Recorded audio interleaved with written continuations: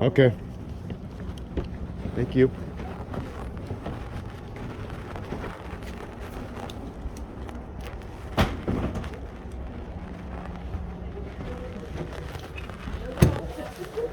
Excuse me, I'm gonna close this page.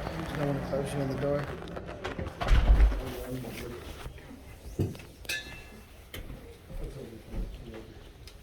All right, everyone. So first things first, good afternoon. How's everyone doing so far today? Good. It's good to hear. My name is Ernie. I'm going to be your tour guide for today, unfortunately.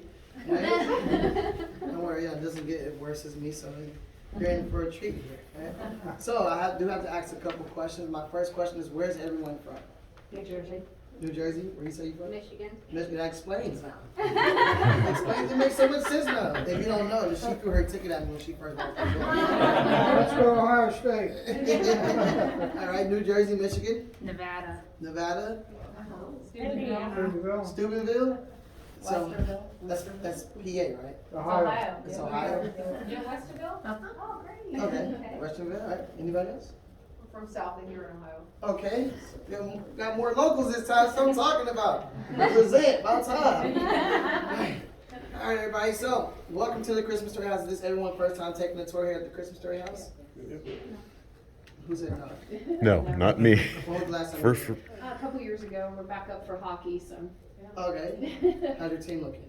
He's upset. They lost. Oh. We have a whole tournament, so we have time.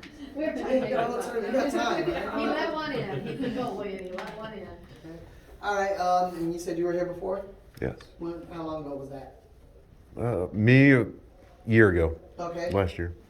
Same for you two as well? I've never been here. Oh, okay. And you said 3 years ago? yeah. Okay, cool. All right, so if I do ask any questions, be prepared for them to answer all the questions for you. Right? I'm now holding you at a high standard here. Right? All right, so these tours consist of 2 parts, and I'm going to leave it to each and every one of you to decide on which one you would like to get out the way first. So, of course, as being a Christmas Story House Museum, there's some fun parts. Yay! Okay, fun parts. Okay? And then, of course, as being a Christmas Story House Museum, there's some boring parts. Yay! Yes, that's what I'm talking about. I appreciate you so much. Right? Next time the mission's on me, all right? My question for everyone here is, which one would you like to get out the way first? Fun part. We agree with the fun part, or anybody think differently?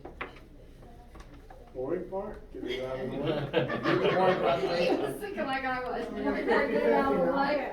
All right, so we all agree with the boring part? Let's be bored. Unfortunately, you're outnumbered here. I'm sorry. I signed a waiver.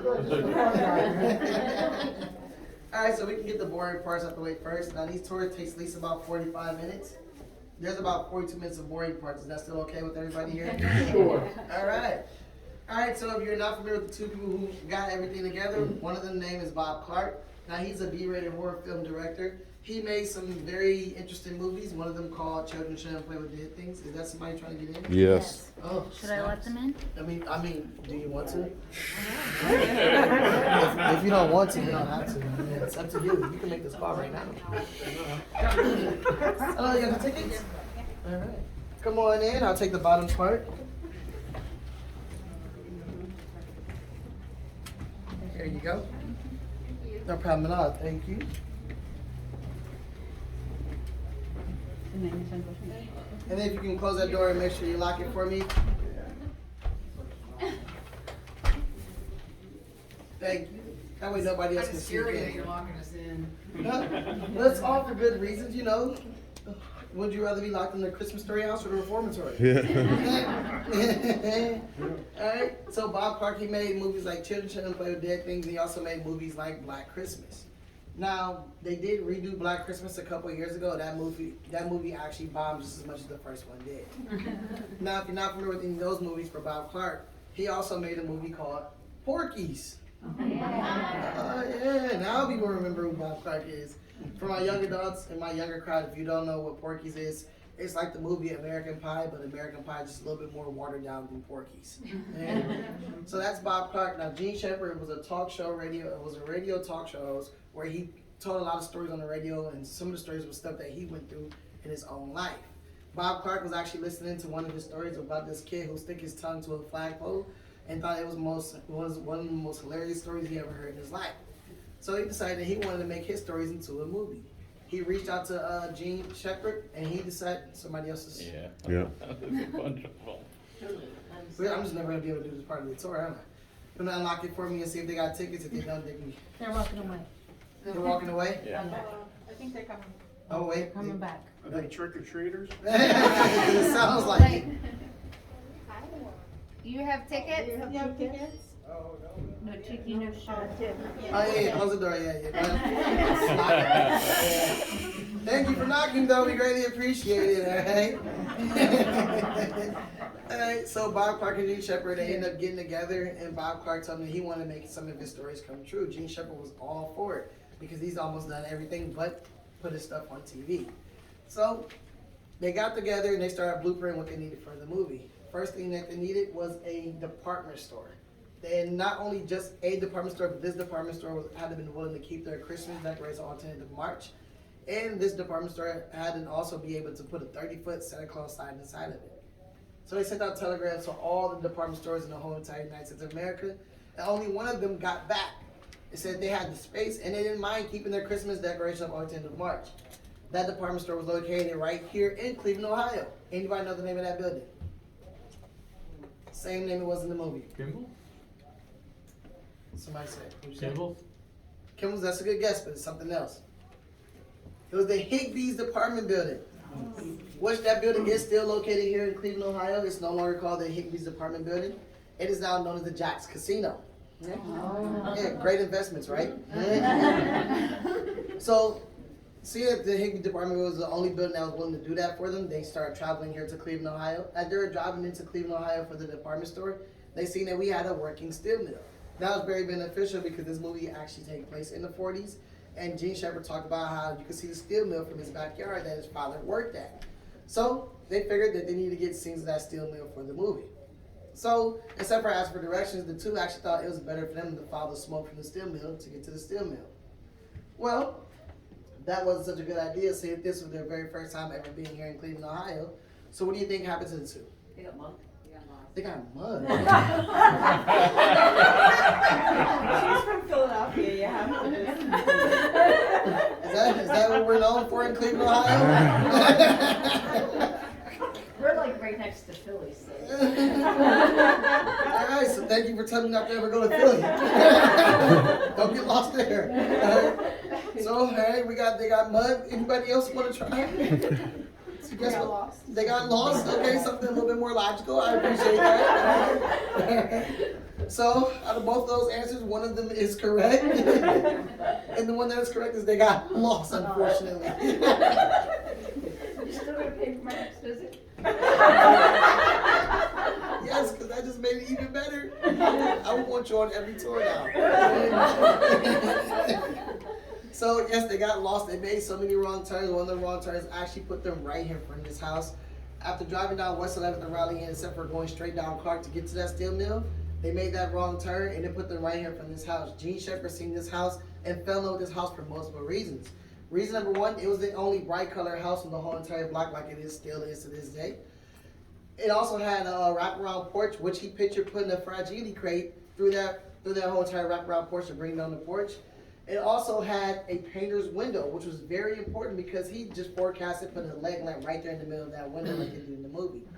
And then before it had this nice little metal fence that we had, it had a chain fence which made the whole entire house look like it still was stuck in the 40s. And that was very beneficial since the movie actually takes place in the 40s. So they walk out the car, they knock on the door, nobody comes to the door. So they go across the street to the local bar, which is called the Raleigh Inn. A nice little fun fact about that local bar, it is still called the Raleigh Inn to this day. And that bar has actually been open for 106 years. Wow. So if you are looking forward to getting anything to eat or anything to drink after the tour, I highly recommend the bar. It's actually family friendly, and they have one of my favorite challenges there called the Randy Special. Basically, you walk in the bar and ask for the Randy Special. They will sit you at a table all by yourself. That sounds so bad already. They will then bring out a plate of mashed potatoes and meatloaf, put it in your face, and you have to eat it just like the little piggies did. Now, if you manage to clear the whole entire plate without using silverware, your hands, or possibly your feet, Yes, that's part of the rules now. Then you get a free t-shirt. Yay! Free stuff, right? To wipe your face with. So they're at the bar, they asked the bartender, say, hey, do you know who lives in the house across the street? The bartender did not know exactly who lived here. But there was one guy already at the bar, a couple of drinks in, he knew who lived here. He lived here. He said, that's my house, how can I help you? Bob Clark said, how you doing? I was actually looking forward to renting your house out for 11 weeks to possibly film a Christmas movie. What do you think the guy said? Where am I gonna live? Another logical answer. Look, now you're back on track. I appreciate that, all right? So that's correct. He said no because he was actually really concerned he was going to stay for 11 weeks while they filmed inside of his house. So Bob Clark and Gene Shepard took the rejection pretty well, and they gave him the Cleveland treatment. They ordered him a couple shots, and then after another hour of them ordering him some more shots, they got the keys to this guy's house. Okay? And his car? But don't worry, not only did they get this guy drunk for free, they also gave him $20,000 as well. And they moved him to a hotel downtown for 11 weeks while they filmed inside of his house. Now, they did make one big mistake. They gave this man his money and moved him to a hotel before actually stepping a foot inside of his house. Once everybody got the keys and they walked through that door for the first time, they realized this house was a duplex and it was actually way too small for them to fit everything into one scene. So they were only able to film about 15% of the movie right here inside of the house that you're standing in. About 45% of the movie was filmed in Cleveland, Ohio overall. The rest was actually filmed somewhere else. Who wants to take a wild guess where? Canada. Canada is correct. Right? They took this house, they replicated it on a soundstage in the studio in Toronto, Canada, and they also filmed some scenes in St. Catharines, Ontario. Now, if you're sitting here thinking, well, how can we tell what scenes were actually filmed here so next time when we all watch the movie, we'll be able to point those things out? Well, I'd like to let you know I'll answer that question for you. Thank you for your questions. I greatly appreciate that, right? Right? Keep the questions rolling for me, all right? I felt it right here. We had a connection there. I got your back, all right? We're good. So here's how you can tell. Next time you're watching a movie and they're inside the house like you are right now, and you can see through any of the windows like you can right now, you can see through the front door or through the back door if those doors are ever open, then that means that scene was filmed right here in this house. Now, if you're ever watching a movie and you cannot see through any of the windows, you can't see through the front door or through the back door, and you don't see any windows at all in any of the scenes, then that scene was filmed on a soundstage in a studio in Toronto, Canada. Now, let's get to know each other a little bit more, shall we? I'm going to ask you some very personal questions, all right? Personal question number one. Who actually seen the Christmas Story movie? I've seen pieces. Okay, pieces, all right. Nothing from that group back there in the left corner? No? Okay, well, welcome. We appreciate it, all right? Personal question number two. Who actually liked the Christmas Story movie?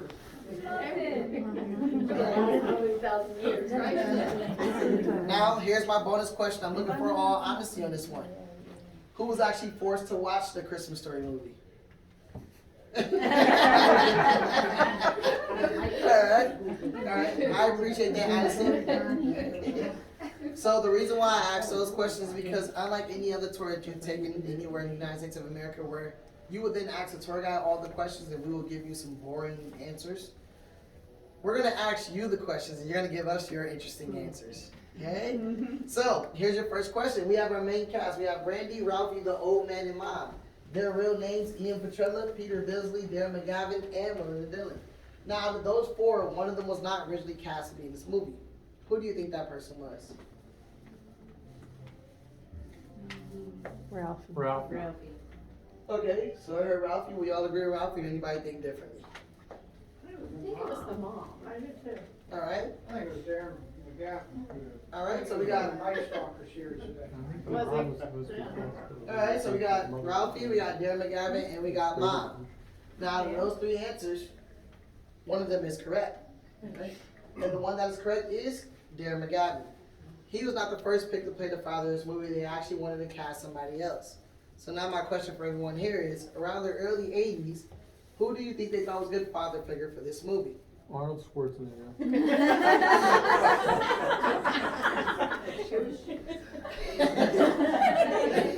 Was he doing Predator at that time? Alright, so we got Arnold Schwarzenegger, Dick Van Dyke. Dick Van Dyke, alright. Too old. I heard Chevy Chase over here. Who can give me one more? You know anything about the 80s? I mean, at least do you know if the 80s existed? Okay, good. All right, we're on a good path there, good path. All right, so those are some great guesses. It's very interesting as well too. But actually, who they wanted to cast as the father of this movie originally was Jack Nicholson.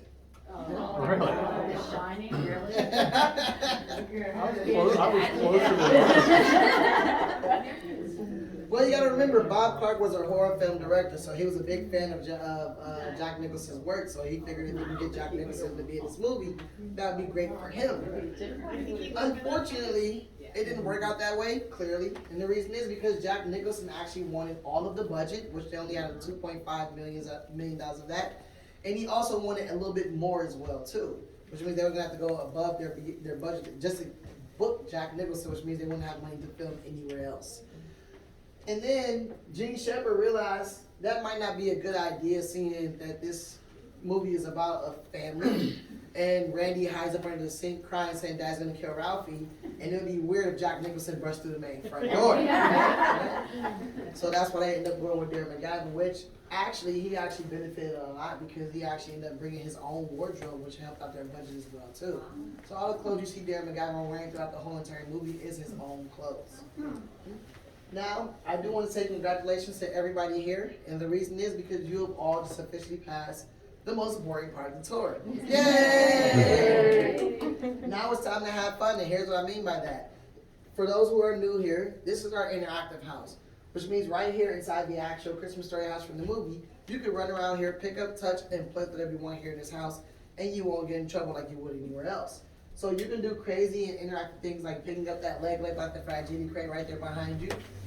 Now, if you want to, you can follow and you can grope, and I won't judge you here at all. Okay? Of course, take a picture of the leg lamp in the window, pick up the bowling ball and throw it in each other's lap while they sit on the couch, shoot the red with a BB gun, hide up under the sink just like Randy did in the movie, go upstairs and pick up the phone and chime in on a beautiful conversation between two very concerned parents, go in the bathroom, pick up that authentic Lifebuoy soap, which it is real soap, just put it out there, and you can put it in your mouth and get soap poisoning as well too, right? So this is going to be considered your playground for the next 15 minutes. Of course, take pictures, record videos, and reenact every single scene that you can remember from the movie. When the 15 minutes is up, I'll make a big announcement. We will then gather right back up in this area like we are now. And I will then take you across the street to the museum where we hold all of our real props and costumes for the movie. All right, so it's all yours and have fun for a little bit. I'll pick up the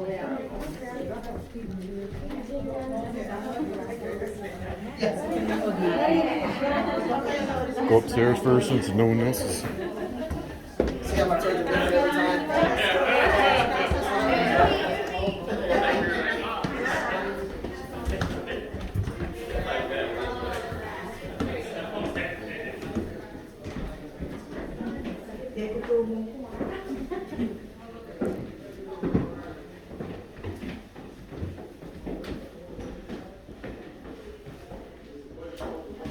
Some soap. Yeah. Soap poisoning. Ew. Oh my gosh.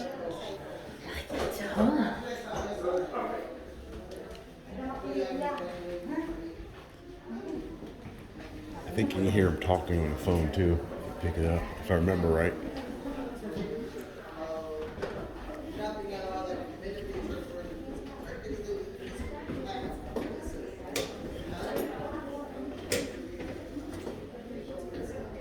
No.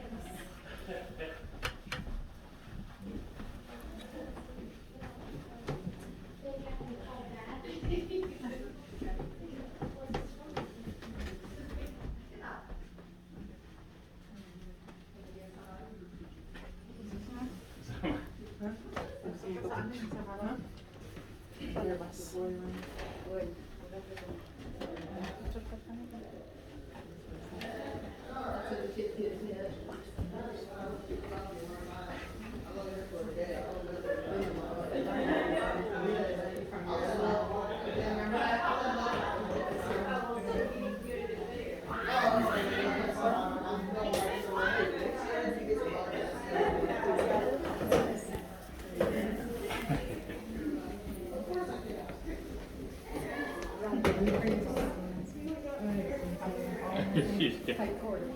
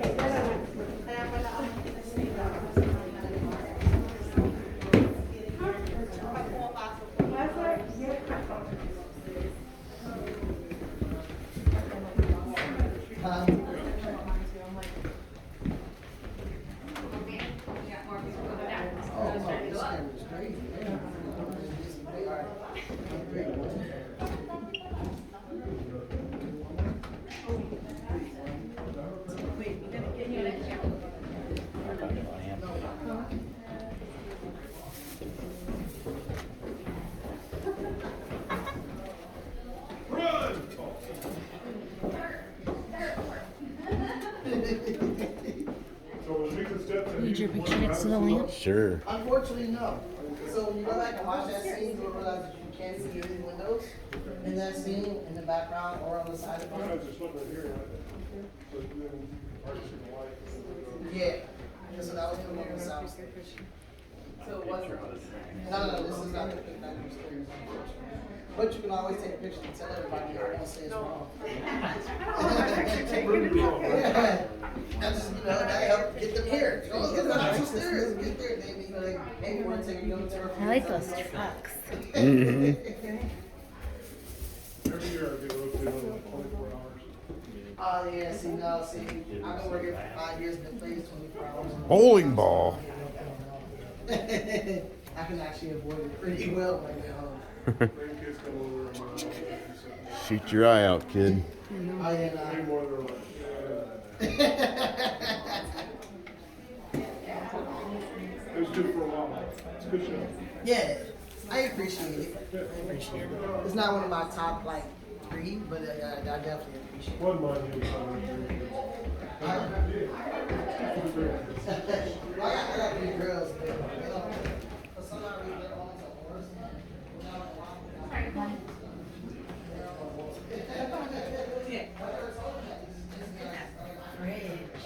Yep.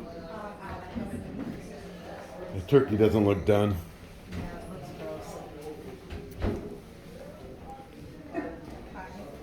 Oh, yes. What's this? This is a washer. What washing machine? My grandma and she has downstairs. That's how you wring it out. Oh. It turns on a no spin. You put your clothes through there, and that rinse it, squirts water out of it. Oh, Ralphie. I don't remember anything else about Huh? Yeah, I know.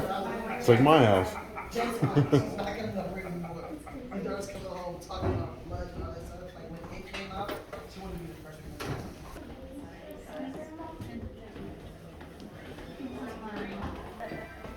Nice job.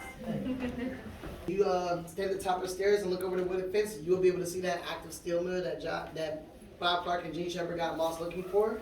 Now, if you're not tall enough for that, I can put any better on my shoulder so you guys can get your money shot, all right? You look a little short, so I got you, all right? I don't want you to miss this opportunity, all right? I'm gonna get you up there.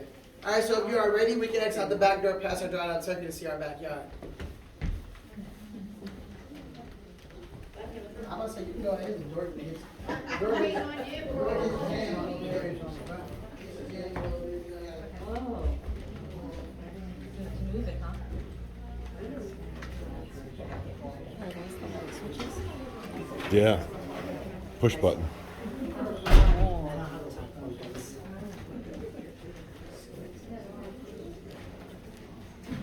Cameras, are anybody upstairs? Okay.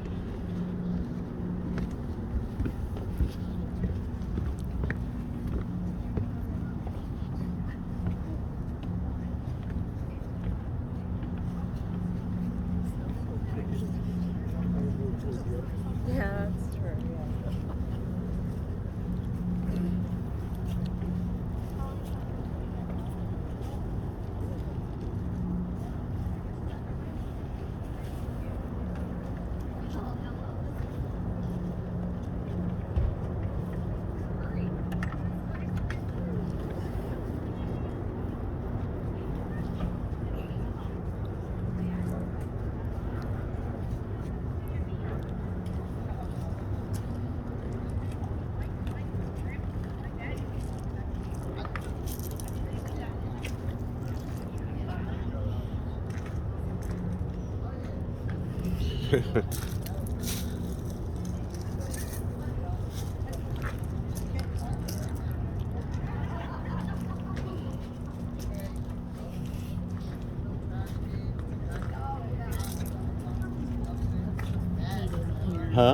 People with like graffiti. Yeah, I know.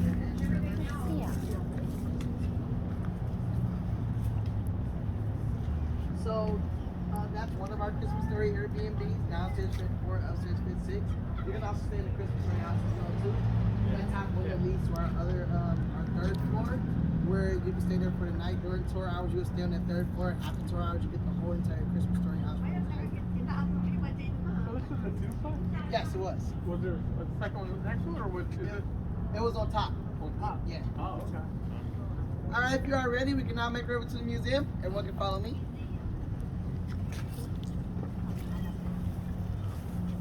Offices.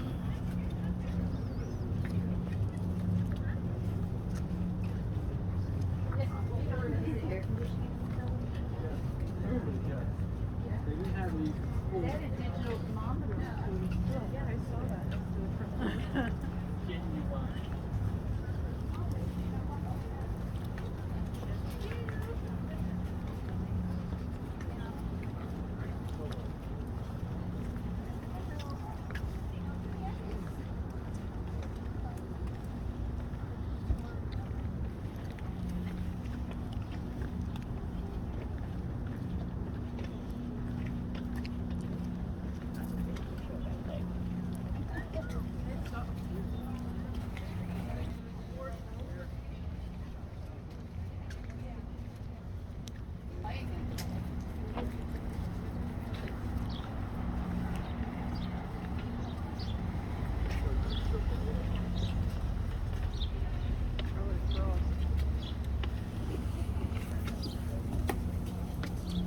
Come on in, we're gathering right here in this front room. It's like malted milk.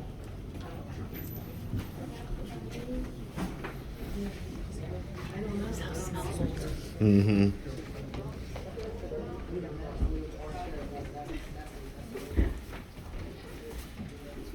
Now this is where we hold all of our original props and costumes from the movie.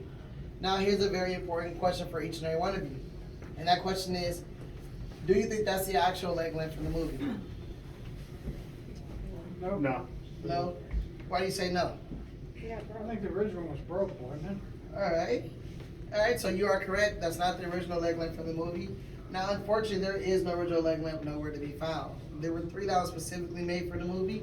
Unfortunately, all 3 of them were actually broken and thrown away on purpose for the movie. So that's why there is no original leg length nowhere to be found. Now, there are 2 reasons why they decided to go all the way to Canada to film the Joyous movie. Who can give me reason number 1? No. The snow is correct. The reason why the snow is important because for 11 weeks while they were filming right here in Cleveland, Ohio, from late December of '82 to the end of March of '83, not one snowflake fell here in Cleveland, Ohio. Reason is because Lake Erie did what it does best for us Ohioans, and it failed us. Okay? It's known for a couple things, and freezing over is one of those things that's very popular that's known for. And for those 11 weeks of them filming here in Cleveland, Ohio, Lake Erie froze over, so they weren't able to get any lake effect for snow to fall here in Cleveland, Ohio. Unfortunately, if you were living in Buffalo in 1983, you got probably one of the worst blizzards you can think of, thanks to us. But that didn't stop them from making snow up here as Cleveland, Ohio scenes, and they did by using a couple ingredients. They used firefighter foam, soap suds, and instant mashed potato flakes, covering up the whole entire block, covering up every single house, all the way down to every single yard with these ingredients. Next time you watch the movie and get to that ending scene where the old man's wife is sitting in the living room and they're watching all that beautiful snow fall over the window, that's somebody standing on top of the Christmas story roof checking the bag of mashed potato flakes over the designated window. Okay? So that's a nice little fun thing to look out for next time you watch the movie. Now, one of their other reasons for them going all the way to Canada is because of the teacher, Miss Shields. Her real name is Teddy Moore, but you might know her as Miss A++++++++++. They had to go all the way to Canada for her because she could not come here to Cleveland, Ohio. Her doctor highly recommended it was unsafe for her to travel between 2 places while being so far along in her pregnancy. She was pregnant during the whole entire filming of the movie. The reason you cannot tell she's pregnant in the movie is because they didn't really want nobody to know. So they padded her up to like a plus size number for the movie to hide that baby bump. So any scene that has a teacher in it, Scud, Farkas, or Grover Dill, all of their scenes are filmed in St. Catharines, Ontario. That school was St. Victoria's Elementary School, which is no longer an elementary school. It is now a women's shelter, which is still located in St. Catharines, Ontario. So now it's time for you to roam around the museum. The only thing I ask here is no flash with your photography, but you can take regular pictures. Once you're done visiting every single room we have here in this building, we're gonna gather up a circle around our Red Ryder BB gun in the next room. Where I'm gonna give you some more very interesting and very boring tour guide facts, all right? So it's all yours and have fun for a little bit.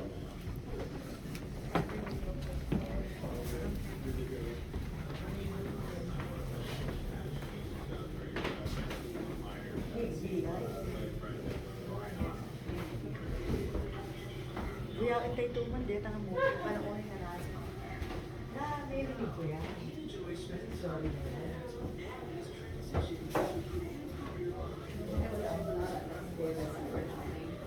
I agree with you.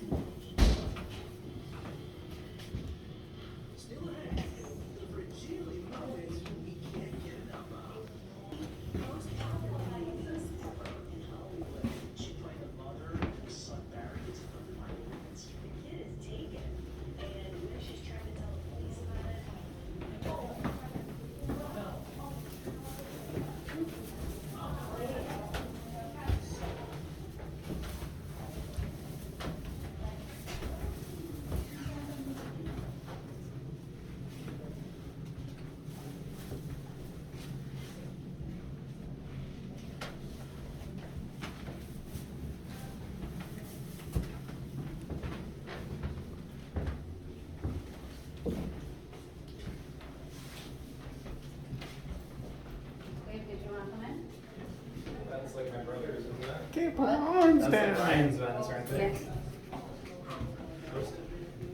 It's warm in here now. Oh, yeah. Yeah, they ain't complaining about it being cold now, right?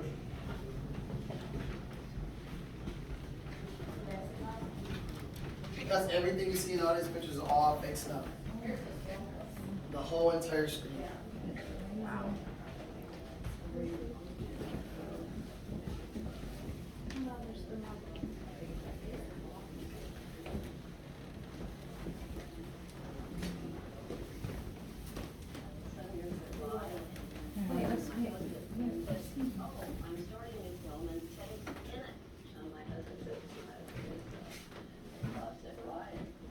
I've seen her recently. I know. I'll let you guys come out. Rah, rah, rah, rah, rah, rah, rah, rah. Play around and have a lot of fun. Throw me under the sink. I'm gonna save this line. Throw me back at the table. Put oatmeal in front of me. Make me eat it. You know, they had me shut my face.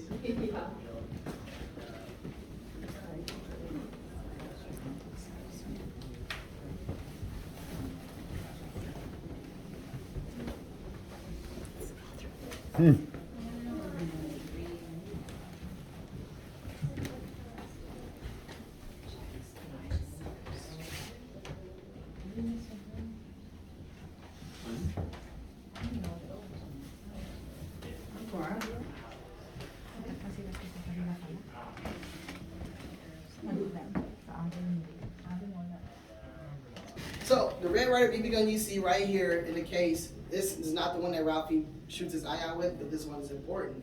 Now the reason why a lot of people were disappointed about that is because the Red Ryder BB gun that Ralphie had in the movie, he told them there was a compass in that thing that tells time. Well, when you buy a Red Ryder BB gun from Walmart, you will realize it doesn't have two of the attachments that you see out of this one, which has 3 attachments, which make this one more important. These will be the only Red Ryder BB guns ever created in Daisy headquarter history that have 3 attachments in one gun. You can find all 3 attachments right here in this gun, one of them being a compass in the stock of the gun. If you look close to the compass right next to it, you will see there's a sundial engraved in the stock of the gun, which is that thing that tells time that he emphasizes so much in the movie. And then there's a tassel on the left side of the gun. Now the tassel is the most important attachment because that is what indicates the gun was specifically made for a left-hander. Out of millions and millions and millions of Red Ryder BB guns, these would be the only 6 ever created for a left-hander and with 3 attachments in one gun. We have one of the original 6 from the movie. Peter Bisley has the original one from the movie. He also still has with him the pink nightmare outfit and the cowboy outfit as well. There's a producer who does not want to be recognized by name. He or she has one as well. With that being said, 3 of them actually went missing after the production of this movie as well. Now, the reason why a lot of people was very disappointed in the Red Ryder BB guns is because they didn't have one, because Red Ryder's never made a BB gun that had 3 attachments. They especially made this gun specifically for the movie and for Gene Shepard because Gene Shepard got 2 different guns mixed up. Daisy Headquarters as the umbrella made a whole bunch of different versions of BB guns. One of them being a Red Ryder BB gun, another one being a Buck Jones BB gun. In Gene Shepard's stories, he always talked about how he had a Red Ryder BB gun with 3 attachments, but originally he had a Buck Jones version because it was the only Red Ryder, it was the only rifle at the time that had 3 attachments in one gun. But Red Ryder was one of his favorite heroes, so he always got them mixed up. So in order to honor that, they made just these 6 for the movie that had all 3 attachments in the movie.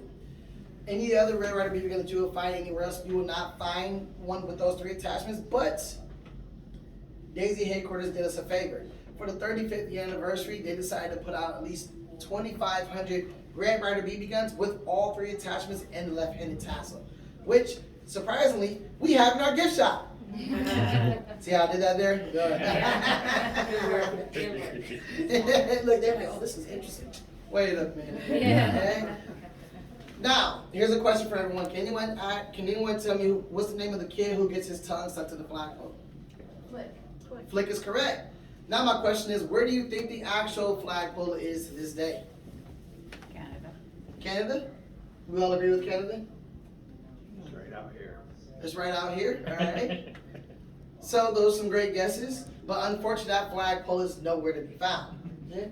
Now if you're sitting here thinking, well, how in the heck is the whole entire flagpole go missing? Well, I'll be happy to answer that question for you. Thank you for your question. I greatly appreciate that, all right? Keep your questions rolling for me, all right? So the reason why that flagpole is nowhere to be found is because that flagpole you see in Triple Dog Dairy Scene was actually fake. It was a PVC pipe that was painted to look like the rest of the flagpole with a hole cut inside of it and the vacuum stuck up under it, so Flick can actually get his tongue stuck to the flagpole. So I do apologize, but unfortunately, no kids were actually harmed in this movie. Okay? And then after they got done filming that scene, they actually just tossed a flagpole over their shoulders, and it's just another one of those things that went missing after the filming of this movie as well. So now we're gonna head outside to the garages where I'm gonna give you some information about the fire truck and the Oldsmobile before we depart ways. I got one question. I got one answer. Ovaltine decoder ring, where's that? So the little orphan decoder pin, I got your back. Don't worry, I got your back. We're together. We did sell them. Are you talking about in this museum? No, I thought in the movie it was actually an Ovaltine decoder ring. So it was a little Orphan Secret Society decoder pin, but Ovaltine sponsored the puzzle. But we do have it. It's in that room. That's where Randy's outfit is. We used to sell them in the gift shop, but I think we sold out of them last week because I remember we had only a little bit left last week before one of my extended break. All right, so if you're ready, we can exit out the back door to see our fire truck and our Oldsmobile. So right here is our 1939 Ford fire truck. My question for you is, do you think this is the actual fire truck from the Triple Dog Dairy Scene? No. No, we just gave up hope. Sounds like. All right, somebody say yes. All right. Now, to both of those answers, one of them is correct. Okay. And the one that's correct is, no, it's not the actual fire truck from the Triple Dog Dairy Scene. The original fire truck from the Triple Dog Dairy Scene is actually still in Chippewa Falls to this day at a firefighter museum, where it is held on display there. But this is an authentic 1939 Ford fire truck from Hammond, Indiana, where the movie is actually based out of. We can make our way to the next one.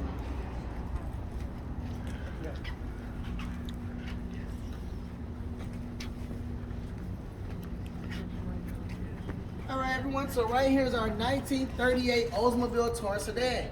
Now, my next question for you is, do you think this is the actual old man's car from the old Fudge scene? No. No. See that? You see this hope over here? Man, I appreciate you so much. Unfortunately, it's not the actual old man's car from the old Fudge scene. The original old man's car from the old flood scene is another one of those props that just went missing after the filming of this movie A as lot of well. stuff went missing. Well, it's filmed in Cleveland. What'd you expect? So they did get bugged. They did get bugged. After they got lost. Wrong side of town. But this car was in the movie. It was part of the Higby Day Parade, so that's why it does hold some importance here at the Christmas Story House. But with that being said, this does conclude the tour. Once again, my name is Ernie. I'm the lead tour guide here at the Christmas Story House. I do want to say thank you to each and every one of you for stepping out and enjoying a tour here at the Christmas Story House. Everyone get home safely. I hope you can see each and every one of you sometime soon again. Now, if it takes you to 5, 10, maybe even 15 years to come back and visit this place, I'm okay with that. Are you gonna be here? I'ma still be here. Am I still allowed? You still on the free admission list. I got you, right? Okay. What does ELF have to do with anything? I'm happy you asked that. So Peter Bisley is actually in Elf. Oh. Yes, he's head up. He's the one that's dressed up in red. Elf. Yeah, you can see it Oh, with them okay. big blue eyes and that blonde hair. I know. Well, I don't know who the people. I know who the people. Everybody have a nice day. Thank you for visiting. Thank you. No problem at all. Thank you. No problem. Thank you.